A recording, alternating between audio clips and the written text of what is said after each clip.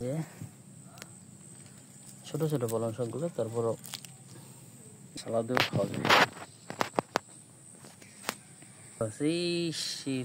দেখেন আসসালামু আলাইকুম, ফ্রেশ ফুড অ্যান্ড এগ্রিকালচার থেকে সবাইকে আবার স্বাগতম। আজকে আমার বাগান থেকে লাল শাক হারভেস্ট করা দেখাবো। লাল শাকগুলো বড় হয়ে গেছে। এখানে বীজ দিয়েছিলাম, সেই বীজের ছোট ছোট অঙ্কুরোদ্গম হয়েছে। দেখেন, মিষ্টি কুমড়া, পার্পল ফুলকপি, ব্ল্যাক টমেটো, ধনিয়া পাতা, বেগুন ইত্যাদি। তো চলুন লাল শাক হারভেস্ট করি একটু। এটা হচ্ছে পালং শাক,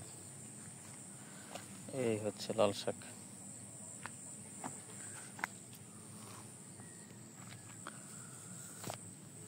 এগুলো বড় হয়ে গেছে। বিসমিল্লাহ।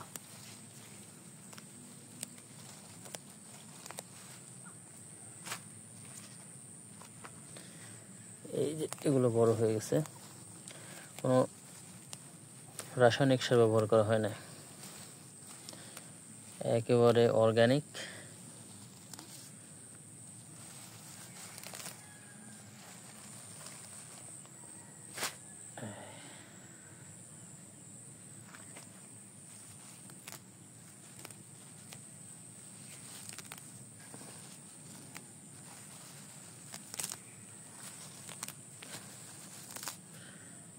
এইটা হচ্ছে আবার পাশে ফুলকপি,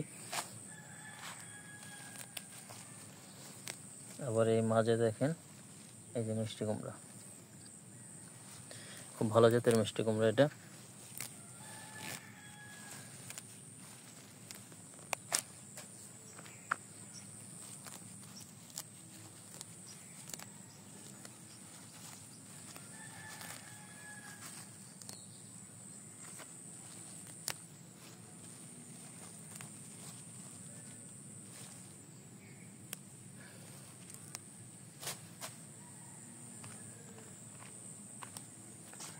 এইগুলো উঠে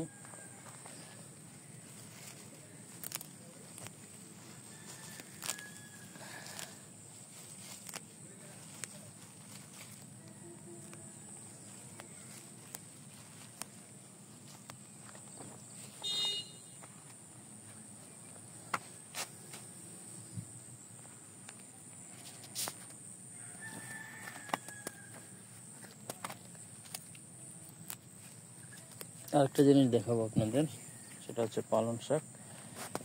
এই যে ছোট ছোট পালং শাকগুলো, তারপরও নিয়ে যাই।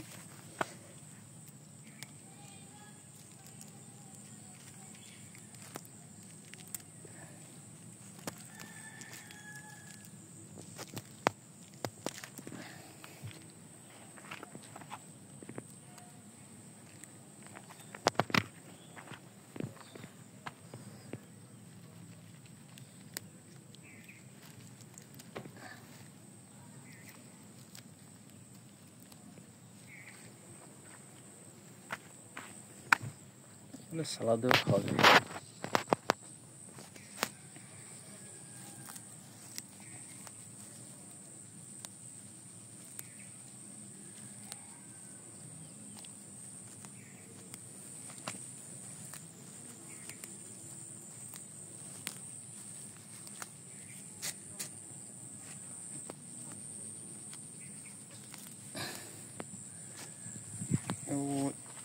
বেগুন গাছের কোনায় এই যে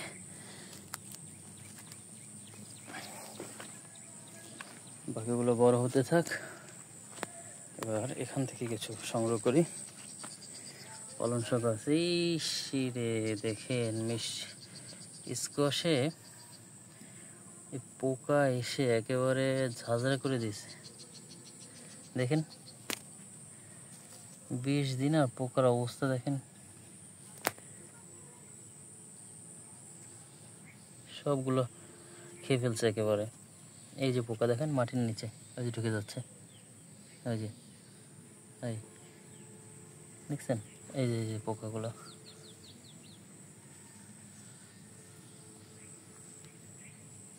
বিষ না দিলে এটা রাখা মুশকিল। আর বিষ দেবো না অবশ্য, কিন্তু দেখি জৈব পদ্ধতিতে কীভাবে দমন করা যায়। এবারে পুরো শেষ করে দিছে।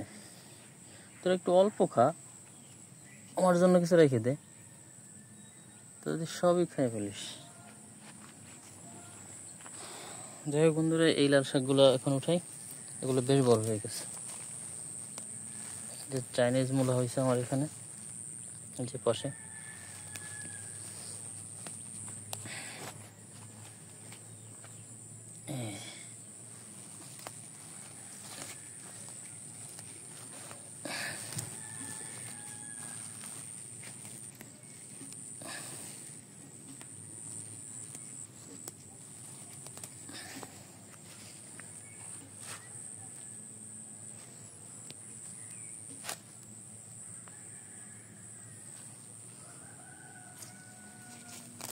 এটাই।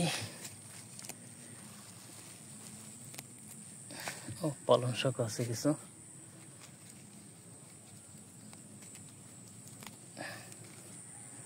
এই যে পালং শাক।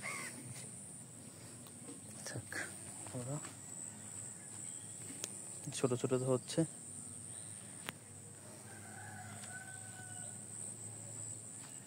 আর এইগুলো তো ইনশাল্লাহ বড় হবে। পাশে এই যে মাঝখানে মিষ্টি কুমড়া আছে, একেবারে অর্গানিক।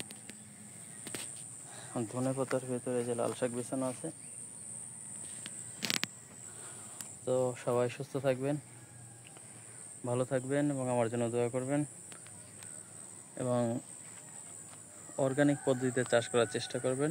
ছাদ বাগান হলে অল্প একটু হলেও চেষ্টা করবেন।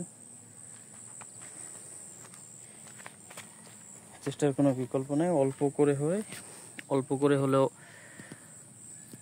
একটু চেষ্টা করলে বেশি কষ্ট নেই। আপনি শুধু জমিটা প্রস্তুত করে লাল শাক ফেলে রাখবেন, আর কোনো কিছু দেওয়ার দরকার নেই, দেখবেন অটোমেটিক হয়ে গেছে। আর যদি পারেন জৈব সার একটু দিলেন, একটু গোবর। তো ঠিক আছে, ভালো থাকবেন। আসসালামু আলাইকুম।